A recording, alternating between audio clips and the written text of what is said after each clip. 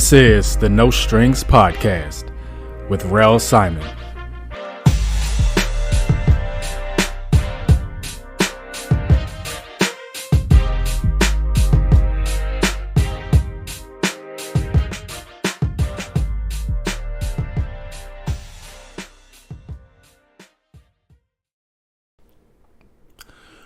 What's up, y'all? Welcome back once again to the No Strings Podcast with Rel Simon. This is episode 64, and I'm rocking and rolling because I dropped the episode last week titled Fracture. Thank you to all who listened to that. Thanks for the support. And we're just moving on with episode 64. Got some time on my hands, and really across the course of this week, I was thinking about this topic, or rather the last 48 hours, honestly, but here we are, once again, as always. Podcast brought to you by Spotify for creators. Brought to you by Spotify. Podcast is available on all platforms. I also wrote another article on my medium.com page, Wealth versus Status. And that's the sort of reader-friendly version of what I'm about to spit out today. So hopefully y'all are having a great day, great prosperous day. We have Mother's Day and other activities coming up. May is always an interesting month, right? It's the spring. Things are in bloom. Things are moving and shaking. And how am I doing so far? You know, I talked about the fracture in my last episode. And for me, things are progressing. Foot's going fine. And I just can't wait for at the end of the month for the x-ray. And hopefully I'm on the path to go and start jogging and skating again, right? So. All right. Wealth versus status. And specifically wealth versus status, because there's also, at times people talk about being wealthy versus being rich.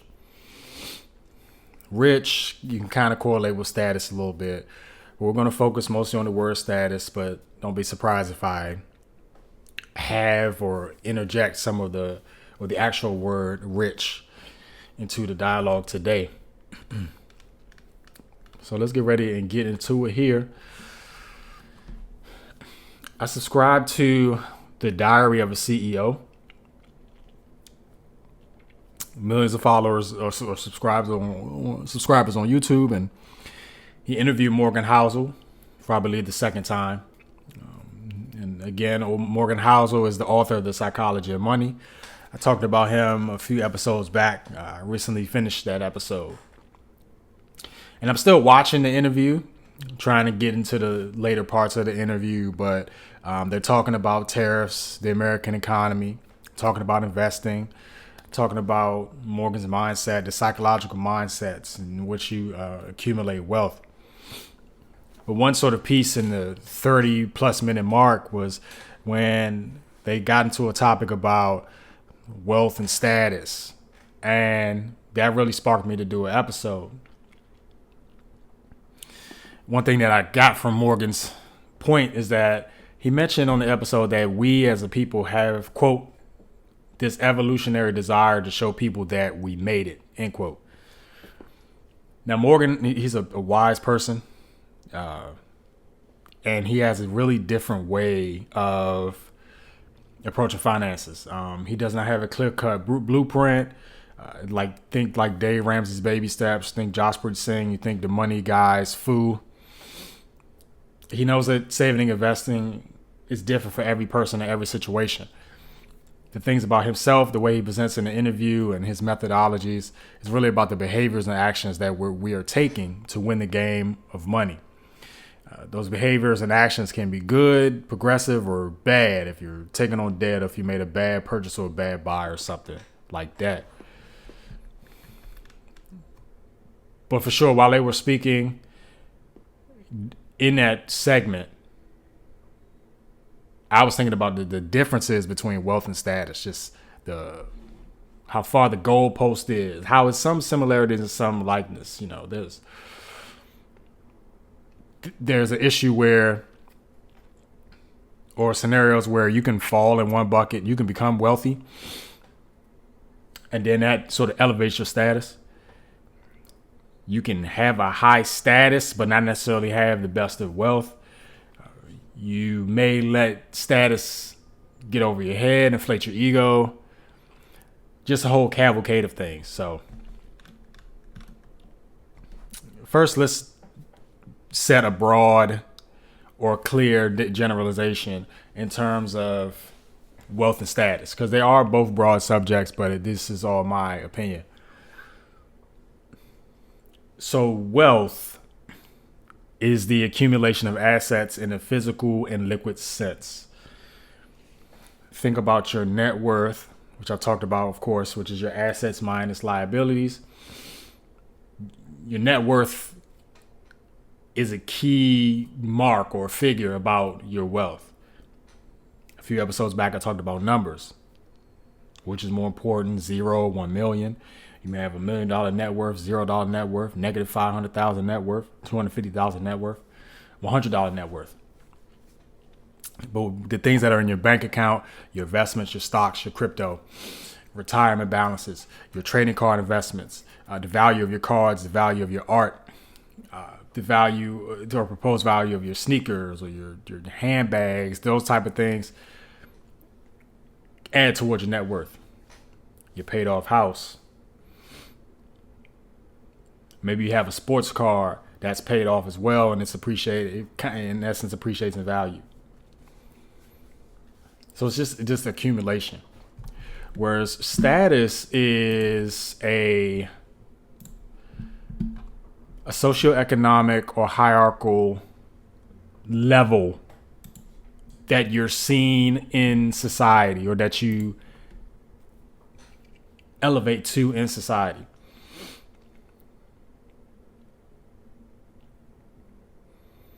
You could be a famous person. Think about your favorite Hollywood actors or actresses. Person on the news. You could be an viral internet sensation. You could have a certain status based on the number of internet followers you have. Instagram followers, TikTok followers, YouTube subscribers. And of course, getting to achieve that fame can be achieved through positive, negative means, viral means, happenstance means. And, the society sort of labels you or puts that tag on these people, to these famous people, rich people, athletes, and internet stars. You have that status attributed to you that you're just above the level of the cream of the crop of everyone else. But did you ever think about your next door neighbor or the person down the street or even yourself? That you may appear to have a level of status or show off some type of status if you have 2 or 3 cars in the driveway, if you got a 5-bedroom house, if you just bought $1 million house or something, right? If you got the cars and the watches, the jewelry, if you got all the kicks, if you got all the clothes. And it's almost just that sort of presentation, that perception of, albeit sometimes that perception can be false, but that perception of who you appear to be towards other people. I always thought about this, and I titled it in my article, the equal dinner party. I always thought about this. And I put it specific in my article, to try, just to make it more digestible. But let's say everybody in America had an equal salary. My article says 150K. Let's just say 175. It doesn't matter. 125. The number doesn't matter. But I wanted to be 6 figures just to make it seem like, okay, everybody's on equal footing. And literally everybody has the same salary. Literally everybody in America. We know that number's unrealistic, but try to catch what I'm throwing here for a second. Let's say there was a local dinner party here in DC. You, the listener, I attended, so maybe some people we know or friends or coworkers, whatever. But it was a total of like 100 people, maybe 100 or 150 people. All of us, we work in different careers. Some jobs may be similar, but again, we all have literally the same pay scale. Let's say one person works in tech, one person works in finance. Let's say another person works in Wall Street, remote in New York, but is back down here on vacation, for example. I'm just throwing scenarios. And they just so happen to come. You may have the congressman of Virginia in attendance making 100K. You've got the mayor of DC making 100K. Everybody, right? You got Tony Stark in the building. You got Tony Stark in the building. You got a bunch of distinguished people. You may have just a few celebrities that happenstance to be in the area. Let's say Denzel Washington, for example, right? Let's say Oprah Winfrey was in attendance. And we know they're on an elevated level, but again, let's just say we all kind of made the same sort of salary. Let's say Oprah's retired and Denzel's kind of still doing movies or whatever. But you've got a techie here, you've got someone working in finance, someone working in Wall Street. And then you also have someone who works at a clothing store. Let's say Bloomingdale's. You maybe got someone that works at Target. You may have someone else that's a car mechanic for Toyota. You may have someone who works at McDonald's flipping burgers, and you may have someone that's a janitor. Now, I know what you're saying. Oh, making $100,000 flipping burgers. Oh, sign me up. But anyway, let's say we're all at the dinner party, and all of a sudden, the techie starts to brag and boast about their job, what they're doing, the things they're doing. And then they come around and heckle the janitor. Because as the night progresses, we will divulge about our careers and our conversation. Some of us will acknowledge, we'll carry on. Oh, you work here, you work there. Okay, what do you do? And a lot of people are good-natured and in interest. But there are a few people at this place that may turn their nose at the idea. Let's say 5% out of the 100 people that's attending, that's 5 people, turn their nose or are kind of like a little uppity because of their perceived status or their job. So this techie's bragging and boasting, heckling the janitor, speaking in jest, all at the same time. Again, and the incomes levels are the same. You got the techie bragging about his home with the 2-car garage, with the Cybertruck and the Jeep in the driveway, Cartier watches on the wrist. But he's got $300K on the house, $60K on the cars, underwater on the cars, still on $110,000 on the student loans. Meanwhile, you got the janitor that's being heckled. He drives a RAV4. Wife drives a Toyota. Wife's at the dinner party as well. Both of them paid off their credit cards. They still got about $25K left on the student loans. They're renting right now, but they're looking to save for a house or at least a starter condo to probably rent and generate some income. Their investment accounts are in the 6 figures. They're growing steady at a rate of 7%. You got the techie also investing in his accounts, but because he's got to try to catch up and pay off some of his debt, his income is a little squeezed, and he can only save the company match. And where am I going with this? It's that it goes back to Morgan Housel's statement that we sort of love to seek validation or that acceptance to be seen on a higher pedestal or worship. Because at the end of the day, the techie and the trash man or janitor makes the same amount of income, but yet the techie still has it in his craw to make fun of this sort of employee because of the sort of nature of work that he does, and sees the work as beneath or under him. Whereas the janitor is just as humble and just unassuming and just at the dinner party just like everybody else. Hopefully you're able to catch that sort of message or thing or avenue that I was trying to frame. Is that sometimes, income does matter, but for some people, they don't know how to manage their income.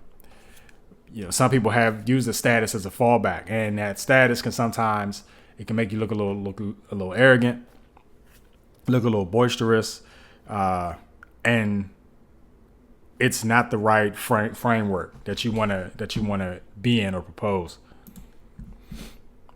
All right, so I'm gonna do a quick pause for the cause, and then when I come back, I'm gonna dip back into the rest of wealth versus status. Wealth versus status.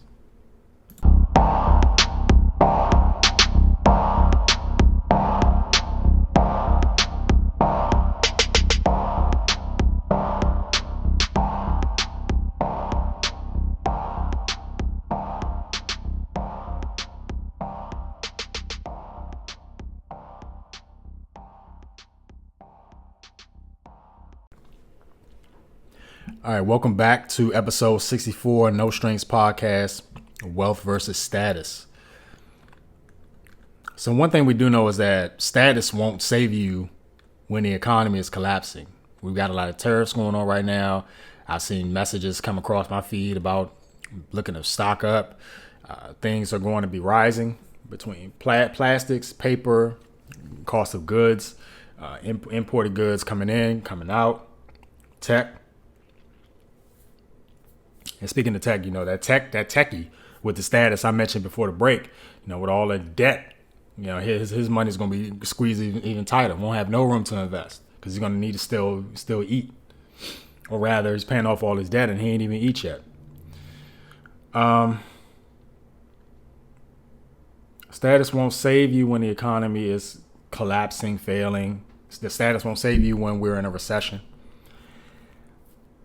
So being wealthy is the clear option. Having a kickback, having some emergency savings.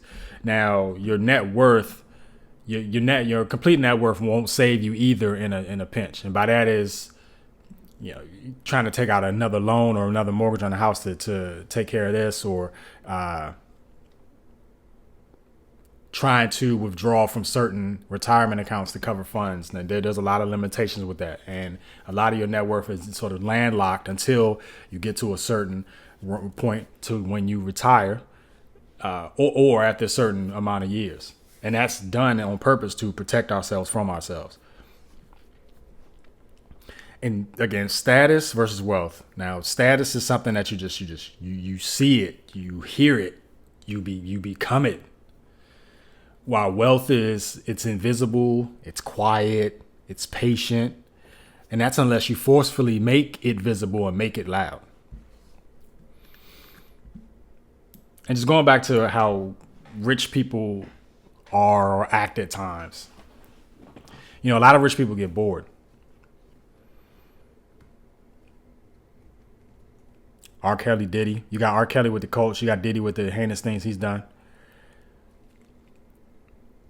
Once you achieve the fame and fortune, when you amass cash quickly in a short order, there's that urge to seek other things, do other things, achieve other things, thinking that you're bulletproof, that you can't really be touched.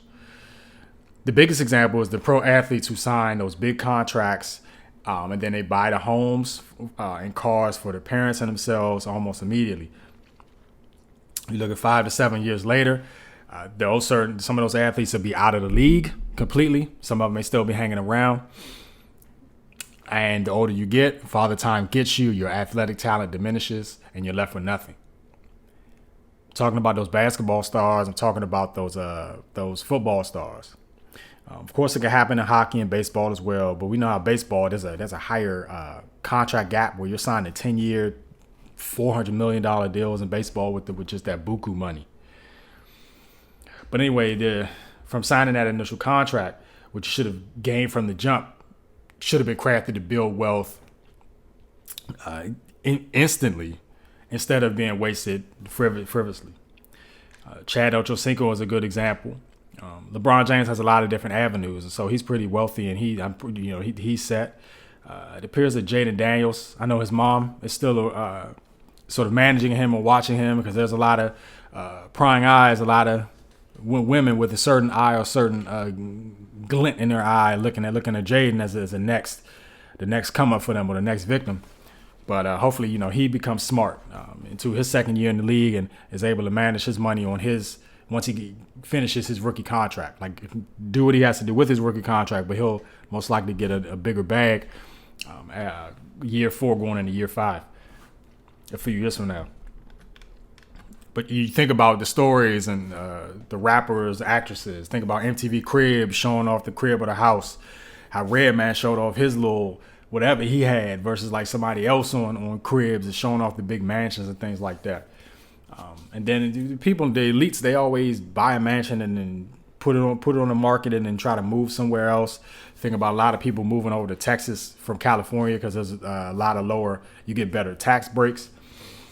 California is a tough place to live in.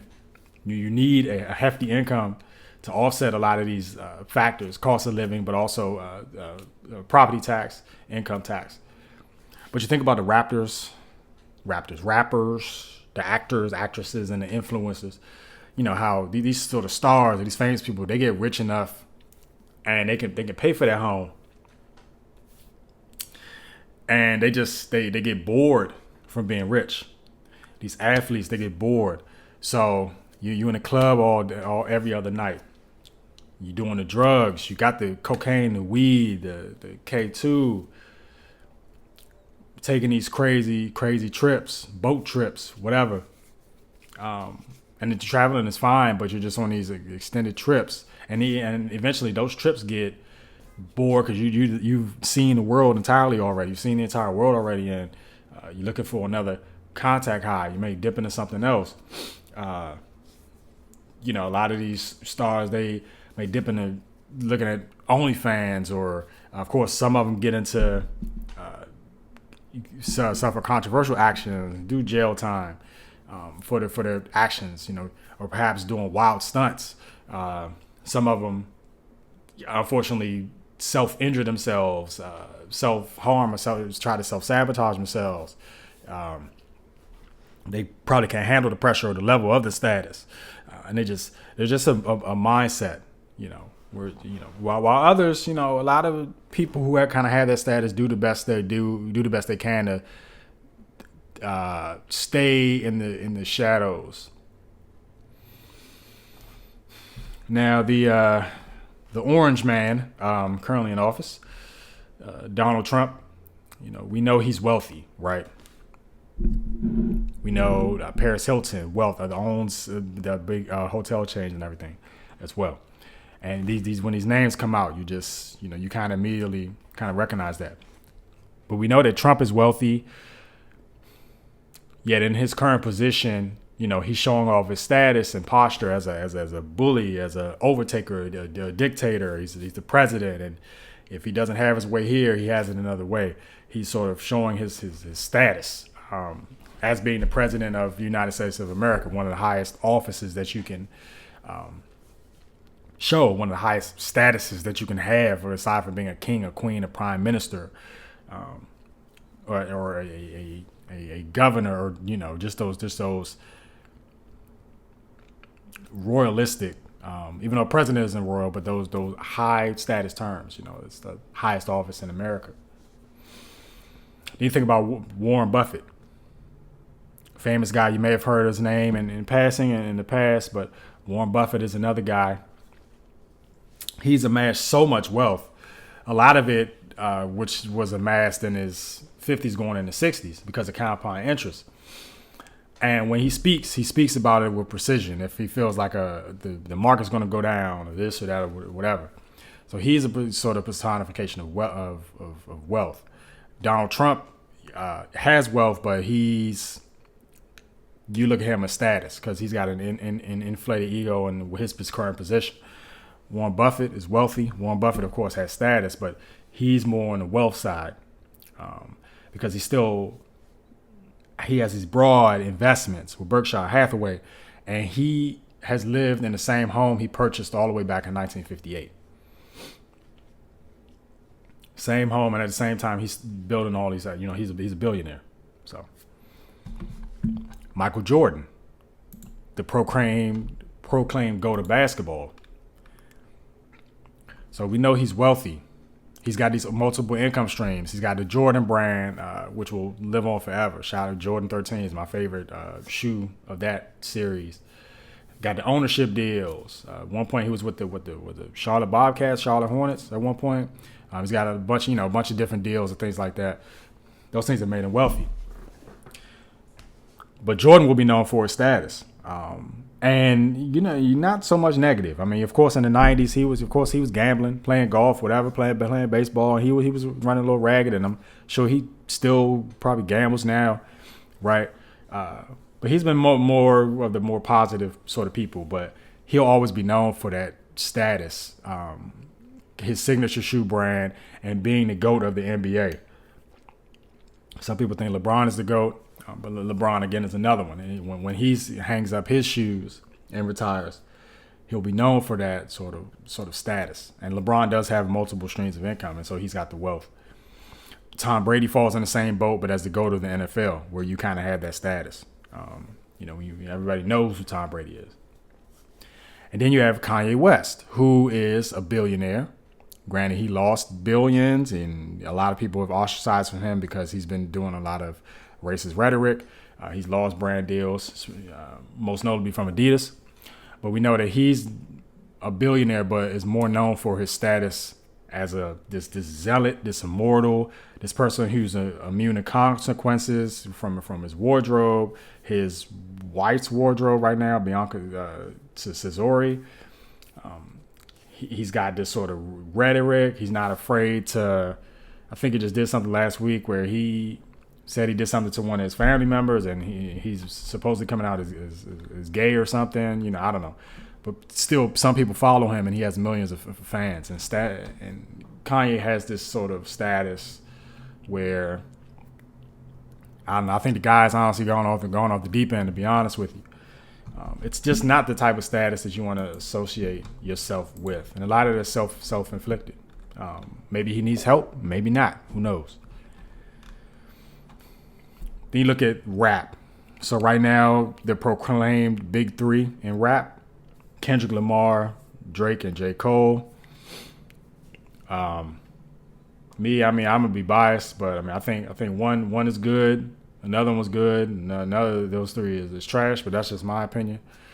But the big three, they fight to remain at the top of the status mountain, so to speak. And they might not ever care. One of the three may care about it more than the other. But they've had beefs and whatnot. We, of course, know about the infamous Lamar and Drake beef. So that's the rap side for the men. For the women, Nicki Minaj is often referred to as the current queen of hip-hop, at least for the longest time. You had Lil Kim, you've had Queen Latifah, you had all these different people at one point. But recently, Nicki Minaj is the sort of queen, at least the last 15 years or so. But there was a time, almost 10 years ago, 10 years ago, when Cardi B took over, and she kind of took over that space. And then there was a point where Megan Thee Stallion had her turn. And then who else? Like, I'm not saying Ice Spice is the queen, but she had her pretty crazy moments. You've got Lotto. I know Glorilla right now is having a moment. Sexy Red. You got a lot of them, right? But in terms of the queen, and for Nicki, I think she may appear to be the type to take it more personally. I don't think she would want to give up her position or give up that status of the queen of hip hop. When you go to Southeast or Northeast DC, or even Northwest, any hood, not even in DC, hoods in Baltimore, hoods in Chicago, Philly, LA hoods. You see a lot of these youngins, they like to post on their Instagram stories, stacks of cash and their jeans with the little tag. What's the brand? Purple. I don't really know. And whatever shoes they got on in the outfit. They like to show off and be flashy. And this just turns them into an easy target by the feds and by their ops, quote unquote ops. It's, of course, a dumb way to show off your status because you're giving off the illusion that you're living this sort of elevated lifestyle, right? Stacks of cash, but you're still eating curry out for dinner every night or so. You still kind of trapping in the projects, not really living out or moving away, almost becoming a product of your environment. And if any of them were smart, they put that money away, get some savings accounts, get some physical bank accounts, get an online savings account, get some investment accounts, stack that cash away to let it grow. And hopefully one day that education or that coaching or teaching can be brought into those persons that are underprivileged or who may be going down the wrong path, and can still be saved or just be informed that there's other things in life than just doing X, Y, and Z. So from the street level to the working class, to the middle class, to even high class stats. I mean, status versus wealth, it's universal. It affects you. It affects me. For me, I just strive to achieve wealth, to be wealthy. I know for me, I best when I operate in the shadows. My money grows quiet. My money grows silent. I do have things I like. Of course, I big addicted to trading cards. I got a a decent size fitted hat collection. Not too much on shoes lately, but my money kind of grows, and I know the building blocks and the things I need to do. And I don't show off too much. A lot of my wardrobe is just kind of like the basic type of stuff. I don't want to seek any fame or fortune. It'd be nice to have some more prominent figures on my podcast, or it'd be nice for me to be a guest. I'm really not looking to go viral on YouTube or TikTok or whatever. Just here doing it. It's a fun thing to do, fun thing. I just feel like I have a voice and I have a platform to share. But I still got to work and grow my wealth through hard work and dedication. Wealth versus status. X out status. It's not for me. I'm all about the wealth. Maybe status works for you. Maybe you amass a bunch of wealth and then you retain a status and a positive sort of status, and then you keep that status. And if that works for you, if you like it, I love it. Just remain aware of your surroundings. Of course, always stay humble. Think about what you want to chase. Think about the goals that you want to attain. Build your kingdom, I would say. Build your kingdom to flourish and give back to others down the line through the goodness of your heart. Because with status or with being rich, if you're rich, if you're showing off, if you're being boisterous, if you're trying to act godlike, could that be a real sin in the whole thing? Versus if you're being wealthy, if you're replenishing the stores, if you're giving back, and you're saving for not just yourself, but for your immediate family and your generations down the line. So that's all I got for this episode. If you are seeing any of my social media posts, you would have seen the cover art. I always do cover art. I asked ChatGPT to do an anime depiction of Smoke and Stack, the characters played by Michael B. Jordan from the movie Sinners, which was directed by Ryan Coogler. I'm just looking at this picture right now, and one's kind of smiling, one's kind of whatever. But just imagine one of them was like wealth versus status. I mean, they're both dapper looking. And if you're listening to this now, kind of just take a look at the cover art and just be like, oh, one could be wealthy, one could have status. And it's not a correlation to the movie itself. It's almost like this two sides of the same coin, which they say they're cousins, they could be twins, whatever in the movie. They look alike, but again, two sides of the same coin. One coin could be wealth, one coin could be status. Not related to the movie. The sort of the visual or the optics I just thought was interesting. But I did see that movie. It was a nice movie. I like the movie. You should go see it. Check it out if that's your thing. If you're into it, or I just have you try to check it out. But again, one side of the coin wealth, one side of the coin status, or one side of the coin wealth, one side of the coin rich. Is it good to have status, or is it wealth, or whatever? Sometimes, just like the villain Two-Face, when you flip the coin and you leave it to fate. This is stuff you can control, but sometimes you can't really control fame. You also can't control your wealth, because you never know what could happen in your life. So it's like two sides of the same coin, and sometimes when that coin hits your palm and you choose, just like heads or tails, you kind of see what fate has in store for you. But all right, that's all I got for y'all for this episode. Episode 64, wealth versus status. More of a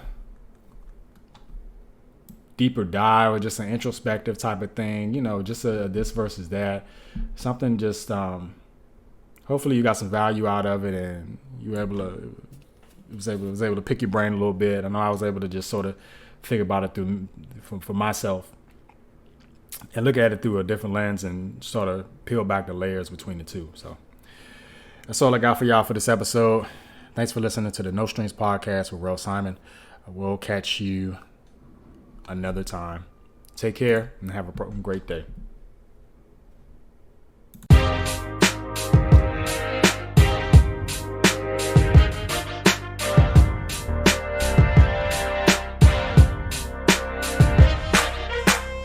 Thank you for listening to the No Strings Podcast with Rel Simon.